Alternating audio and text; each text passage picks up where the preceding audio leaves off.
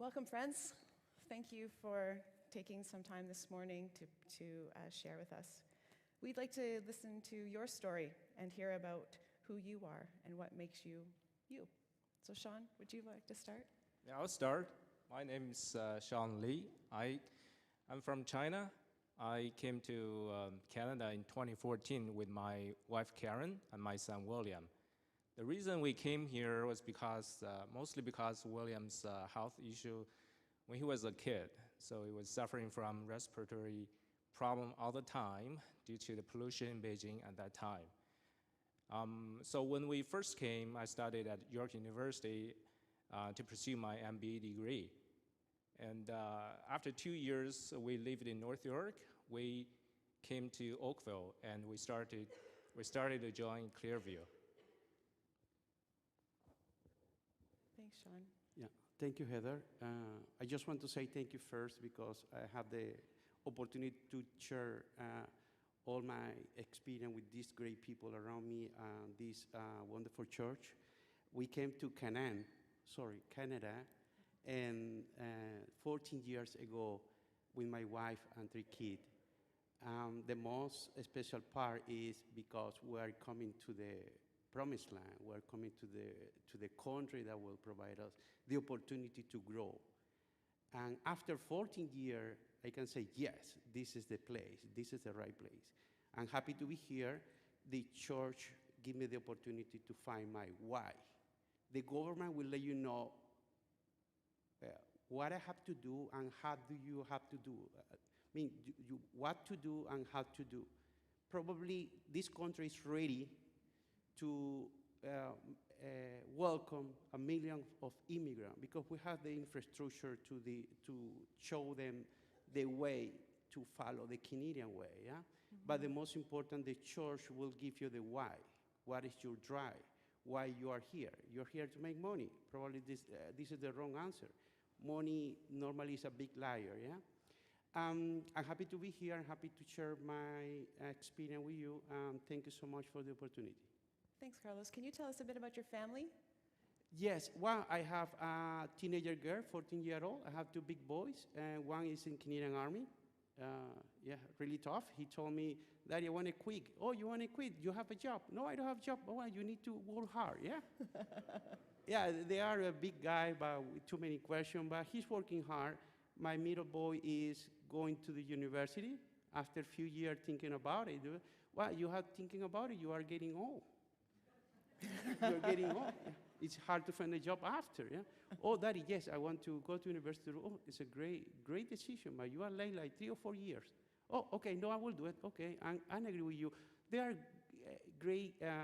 The most important part of being a father of 3 kids is to find the right way to guide them, yeah? Yeah. If you don't have church, you don't have the why. Oh, well, you need to find a job because you need to get money. But this is not the right answer. You need to find a job because you need to grow as a professional. And after that, church, this wealthy, this country will give you opportunity to be wealth, yes, to get money, to share with the community. You can share your knowledge, and you can share your wealth. But be part of the community, involved with the community, be part of the main Canadian culture. And this is the way that we learn. Previously in our country, we have the opportunity to be part of the Christian community, and we have the map. If we have the map, it will be easy to follow. Thanks for the map. Yes, that's a good point. Thank you. Laura. Well, my name is Laura Cala-Vergara. I'm the Kids Ministry Director here, but a little bit about myself. I'm the youngest of 5. We moved out of our native country, Colombia, in the 2000, about 20-something years ago. 23 years ago. And we moved because there was a civil war, things were not good. Our family was being affected by it, and my dad said, we're moving. So we moved to Florida.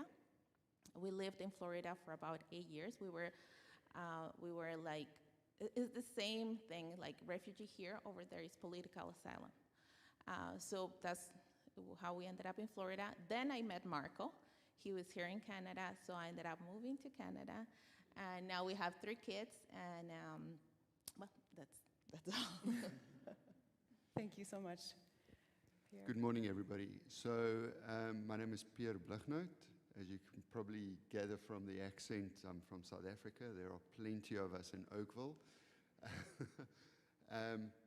I'm husband to an incredible wife, Joanne, and proud father of 2 children, Ethan and Zoe, ages 11 and 8. And we left South Africa mid-2019 for a career opportunity, and was privileged to go to the Caribbean, where we were basically permanently on holiday and ideal sunshine and all of that. And unfortunately, we had to leave the island under not such ideal circumstances, and ended up spending 4 months in Florida, luckily to have friends in Florida as well, so we had a bit of a stay over there before our visas were approved. And through my career, job, and company, we were able to come to Canada. So now we are here.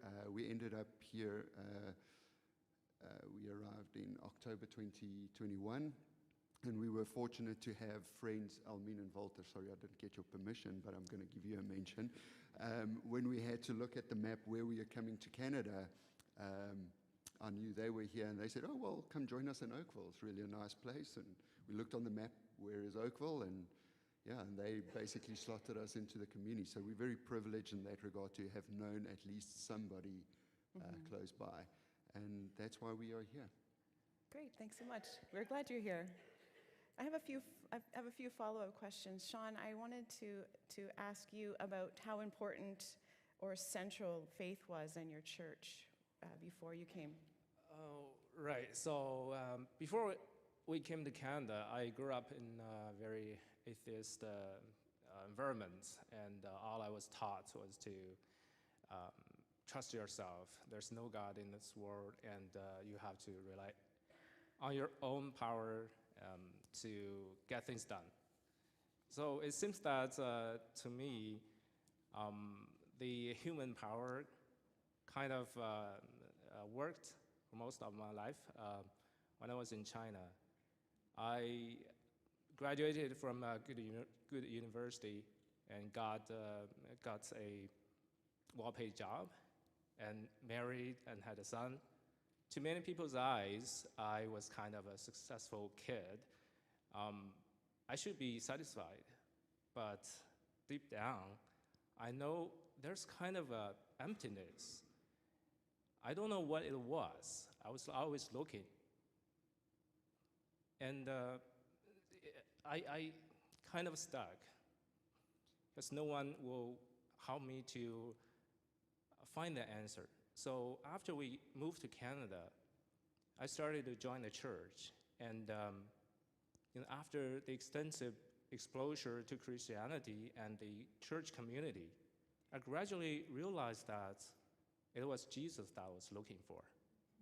And only after that, I think the little hole in my heart was filled. And without the hospitality of the church, of Jesus' love, I don't think, I probably will still be wondering, looking for my life questions. But now I think I'm at the right place. So no one or nothing can separate me from God. So. Amen. Thanks so much, Sean. Yeah, I think that a lot of us can relate to that searching and to finding of Jesus. Laura, can we pass it on to you? How important or central has faith and church been in your life? Well, in my case, I grew up in a Christian household. I saw my parents going to church every Sunday and being part of the community. They always serve. So for me, church was a huge part of my life. Church is family, church is a community, and because we moved, like I moved in Florida, and in Florida we moved to different places, and then here, Toronto, I had experienced the love of the church, different community, but it's one church, right? We're just one church, but experience that in different parts of the world. It doesn't matter where you are, Florida, Colombia, China, or wherever you are, South Africa. It's the same church, so it is very special for me. It's very important in my life. Thank you. Carlos? How important was it for you to find a faith and a church home when you arrived in Canada? Well, it's a good question. When you came to Canada as a newcomer, you are missing your family. Yeah, you're missing the people around you. But your family here in the church have the capacity to give you the opportunity to feel it as a family. I mean, I know you are 1,000 miles away of your background country, but if you find the right place to be, you will feel as a family member of the church. As Laura say, well, church is a family, yeah? And without the church, probably you will lose the why, the right why. Why I'm here in Canada? Why I have to do that? Why I have to integrate with the rest of the community? Well, I don't need to learn English to be part of Canada. But if you are motivated to do the right thing and you find the right why, but the only way to find the why is look for God. God will guide you through the church. If you have relationship with God, but this relationship doesn't guide you to the church, if something is wrong, end of the day, God will guide you to the right place, and the right place is the church. Now, without the church, obviously, you will face too many different challenges. Yeah, probably you cannot be successful end of the day. I'm not talking about money. I'm talking about keep your family together, be part of the community, integrate with the main Canadian culture, be part of the right way or the right side that you want to be. Yeah. As a Christian before, I told you that we have the map.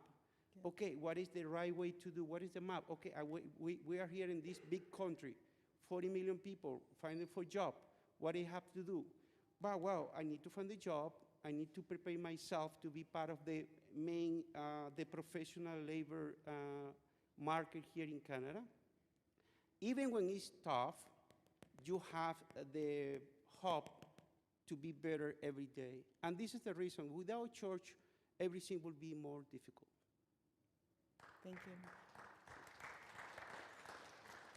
That's a good point. And as you're speaking, I'm thinking, yeah, we have to take our next steps in following Jesus, right? And so thank you for that. So on the same question, our experience was very similar to Laura and family, that we grew up in a Christian family, went to church our whole lives, grew up in the church, have all those experiences. And so faith was always part of our lives, part of our family life. And when we left to the Caribbean, although it was a Christian island nation, we didn't find any Christian home where we can feel part of the community, part of a church. We lacked that community and sense in Christian fellowship. So for the part that we lived there, we reverted, and thankful for technology during COVID, we were able to follow our church back at home. Online resources have just increased tenfold, so we have to be very thankful for that. And although we could listen to messages, we can do our Bible studies, and we miss that coal kind of goes cold in the sense of the word, because you're not surrounded with like-minded people, or you don't feel that sense of community. So for us, when we came to Canada, it was very important for us to reestablish that, be part of a community, find a spiritual home that we can grow and help other people grow as well. Mm-hmm. Thank you so much. Oh, we could talk about that for a while.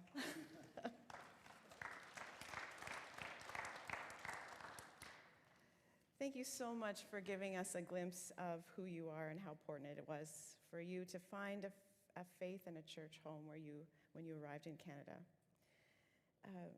Now we'd like to take some time to understand the newcomer's experience. Pierre, since you have the mic, why don't we start with you?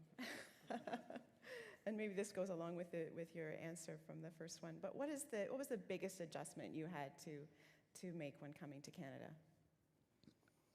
Despite everything being new, other than being able to speak English, every single facet of your life changes. Whether it's you've been driving for 25 years in your home country or various countries in the world and you have to redo your driver's license, as a small example. Literally everything else has changed. But if I have to say tongue-in-cheek, the biggest adjustment for us was weather. Always living in warm weather climates and countries, that was a big adjustment. Now that we are here in our second winter and much more prepared, we don't have the challenges of last year. As a small example that I laugh, so the first time we have snow and you talk to people and you read on the internet and you realize, okay, you need to shovel your driveway and the walkways, and you start reading up and you get a bit scared because there's stories about people slipping on your driveway and suing you, and you don't want to have all there I'm standing shoveling snow while it's still snowing, and my neighbor looked at me and says, no, Pierre, you can relax, you can wait till tomorrow before you do that. So yeah, for us, I would say weather and everything to do with weather was the biggest adjustment from a personal point of view. I remember when, just a conversation a couple of weeks ago, you said, so last winter we had a lot of snow, and this winter there's no snow. Which one is normal?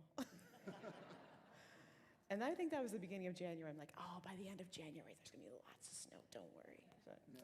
Sorry, none of us can really predict that kind of stuff. It's not because my ski skills are really good for not having any snow, but Yeah. thankful.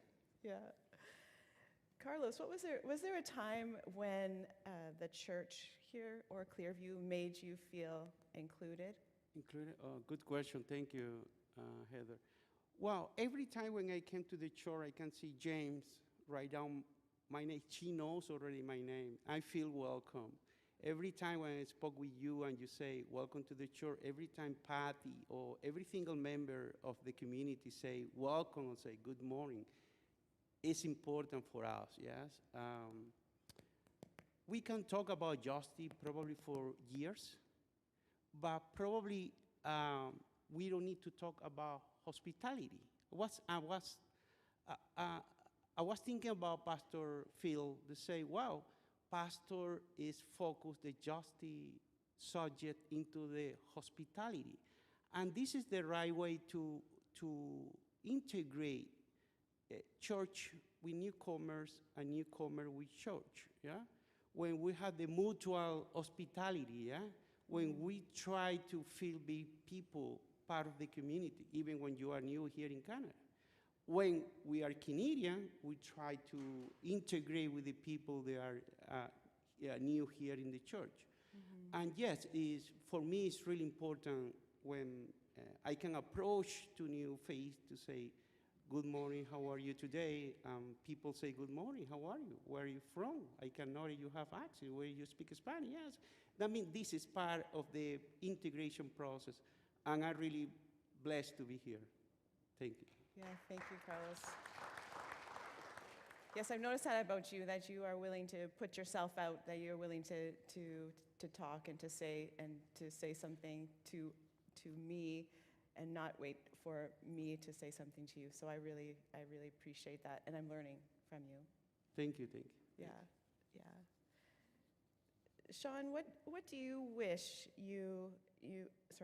what do you wish more people knew about immigrants or migrants? I would like to share a story of mine, like a culture shock, so that I can tell you more about how we can better, include immigrants. I remember it was the first week that we came to Canada, and we moved into our rental place. The next morning, I was scheduled to go to the school for orientation. And I Googled online.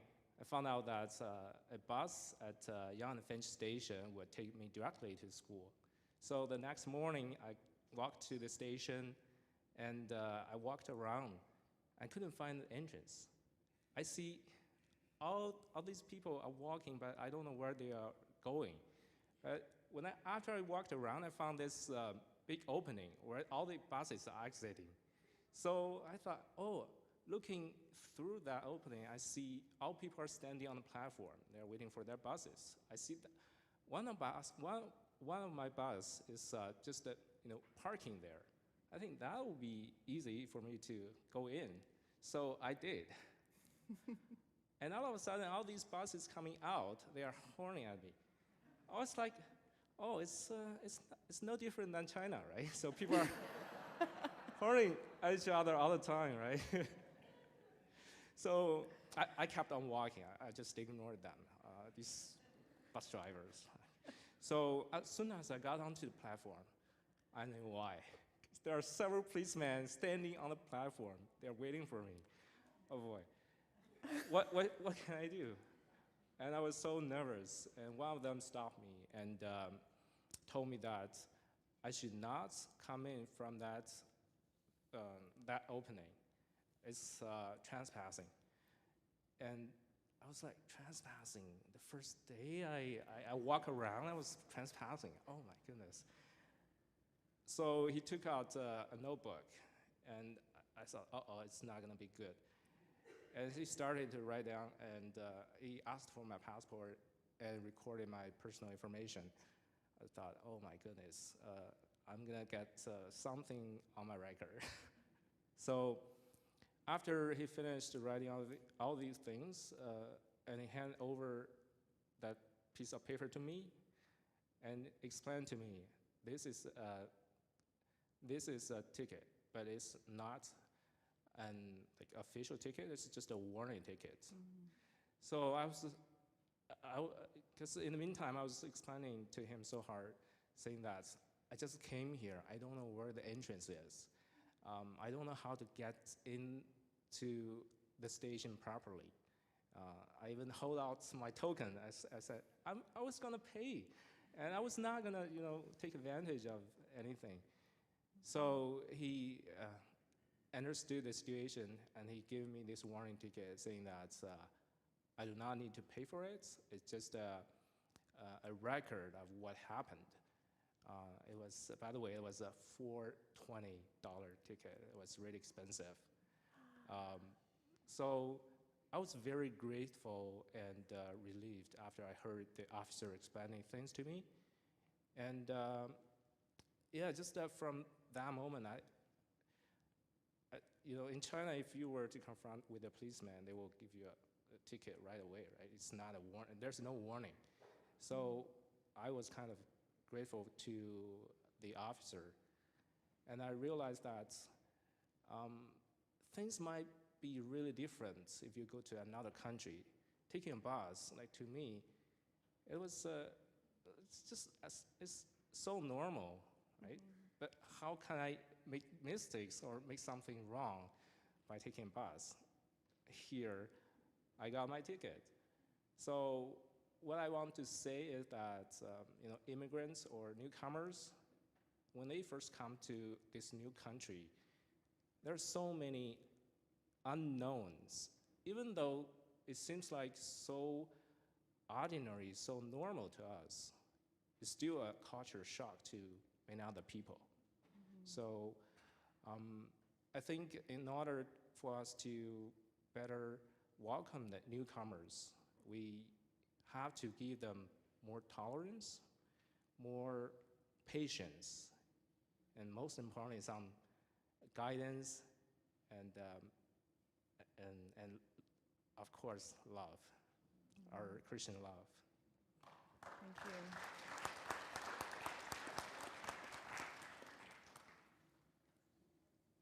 Thanks so much. I got lost in the story.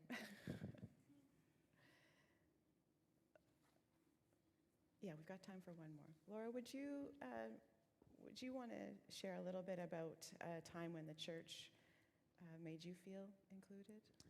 Yeah, I was telling Heather, I think we're a very successful story of church hospitality. When we came here, it was because of a program the church has called Kids and Me. And I came when Tommy was a baby. And I remember coming every Wednesday and see, like, what is going on? What kind of church is that? I have never heard about the Christian Reform.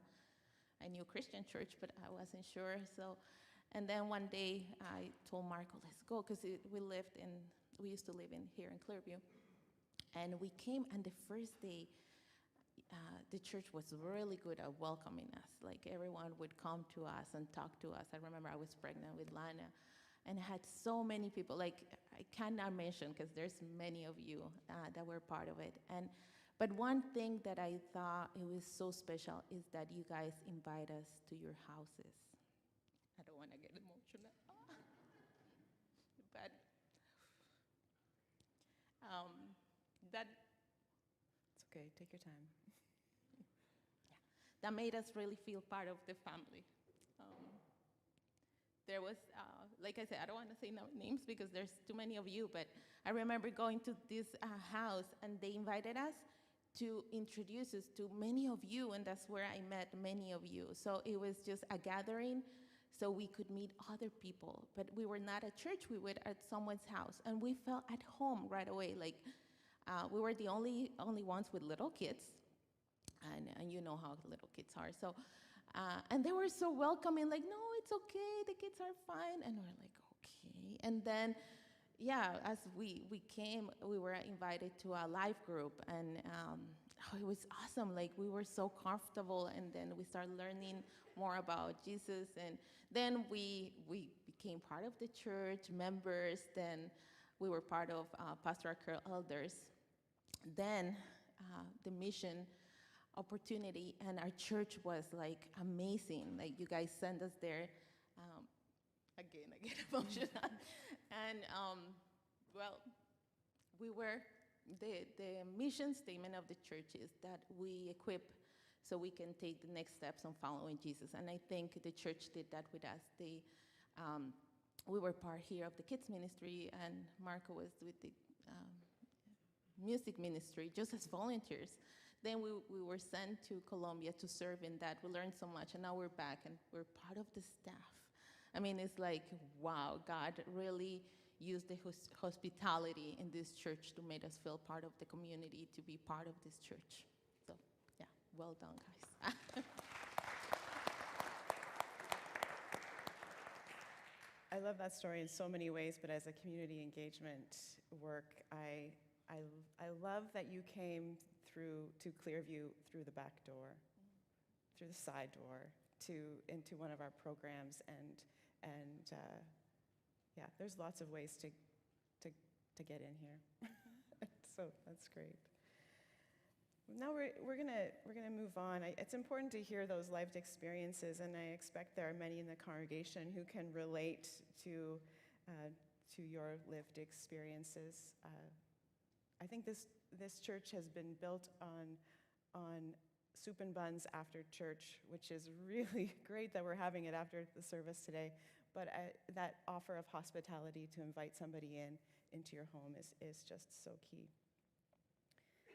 As we were planning for this discussion as a group, we decided that really the next few questions are around application and where we wanted to spend some time to learn about some experiences. So Laura, do you mind continuing now that you've got your mic? I expect that when you returned from Colombia, you felt a bit of a newcomer, so your experience has been a bit unique because you were here and then you were back. But can you give us one piece of advice to a newcomer who wants to become part of ClearView? Yes. I think we have to take, as newcomers, if you're here for the first time, or this is one of your first times here visiting, we have to take the risk of getting to know the people. I know as newcomers, sometimes when we're scared, because we might look different, we have an accent, or we come from different, backgrounds. But I really want, if you're here for the first time, to invite you to take that risk, to talk to people like Carlos did too, because there's so wonderful people. And when you go to a church, you're always looking, what this church has for me, right? It has a couples ministry or a kids ministry, a youth ministry, I mean, depending on your needs. But my advice is find what can you do? We all have gifts and talents, and how we can make this church, because it's a community and it's alive, a better place. Not expecting always, okay, what do they have for me? But what can I give to the church, right? How can I serve the church? Because there is no perfect church. So my dad used to have a saying, there's no perfect church, because we're all imperfect, right? But if you find a perfect church, don't go inside, because you might make it imperfect. So that was his saying, and that always stick with me. Yeah, there's no perfect church, because we're imperfect, right? But we can make a better church. So that is my advice. Don't just stay there and wait what they have for me, but what can I give to the church? We all have gifts and talents. Thanks so much. I'm going to pass it to Carlos. Carlos is a relatively new ClearView congregant. Can you give one piece of advice? Maybe it's the same as Laura's, but something. Yes, for newcomers, Yeah. work hard. I remember my first job in Canada. I have an interview with the branch manager in the bank. I say, Carlos, I don't have job for you. I have work. You want to do it? Or I say, yes, definitely I want to do it. I have to work 16 weeks, no payment, as a volunteer job. My job was basically organize the filing room. Nobody want to touch the filing room. This is the guy want to touch and organize the filing room. After 16 weeks, I just talk with myself and say, I want to do the best job ever. I know I'm coming from the best financial school in my background country. I don't care. I want to do the best because I want to be part of them. I want to show them I can do it. Mm-hmm. My English was not good. I tried to pass the interview really low profile. And I say, no, but I want to do, if I cannot speak with my words, I want to speak with my action. After 16 weeks, I made a presentation, PowerPoint, all the stuff, and the branch manager said, oh my God, what are you doing here? Well, I just tried to organize. You made a great job. Carlos, let me tell you, you looking for a job? Boss, I told you 16 weeks ago I need a job. No, don't worry about it. I will send an email to my branch manager here in the city, and you don't need to pass the interview. I know your English is not good, but you don't need to pass the interview. I will talk with you. And I mean, if you help people, people help you. Yeah, Canadians have the reputation around the world that we are kind people, we are friendly people. People want to say hello. People want to approach you. Well, take advance. Work hard. And if you work hard, good things happen. For my congregation here in the church, my advice is, guys, try to integrate with the newcomers. They need you. They need us. They are in the process that they need to do big adjustment in order to be part of the church, part of the Canadian culture, learn English. Probably I will learn English for the rest of my life. But at this point, the integration between us and them is important because we are just building on just one community. If Jesus was immigrant in Egypt probably 3,000 years ago, mm-hmm. Mary and Joseph had to find a way to integrate with new language, new culture, new people. And I believe the responsibility from us as Christians is try to find a way to integrate the newcomers to the church. Thank you so much.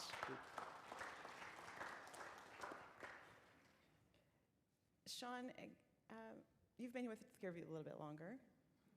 What advice would you give to a newcomer? Well, I don't have big advices. I just speak from my own experience. So as newcomers,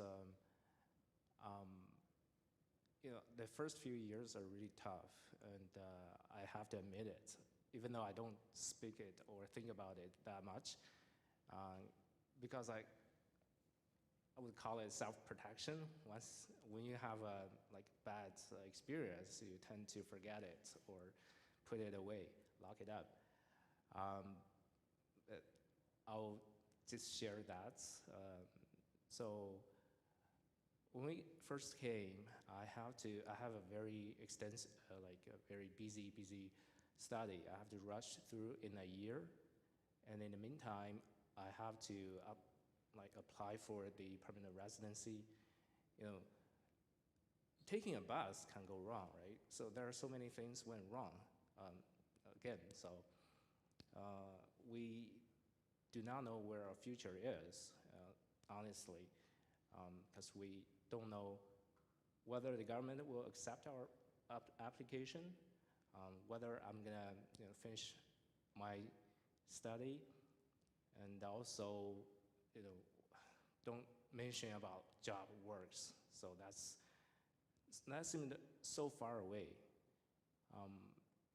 In all these situation, the pressure kept. We were living on our savings, and it's running low every day, and the pressures just kept on. I remember I was quarreling and fighting with my wife Carrie all the time, and so we ended up in marriage counseling, and it was really bad at that time. It's really dark. So I couldn't imagine if I didn't go to the church and found my faith, what would happen today? Probably I won't stay here. I won't stay with my family. But what I want to say is that all these dark moments at that time, it's just temporary. And like what we sang today, all you have needed, God has already provided.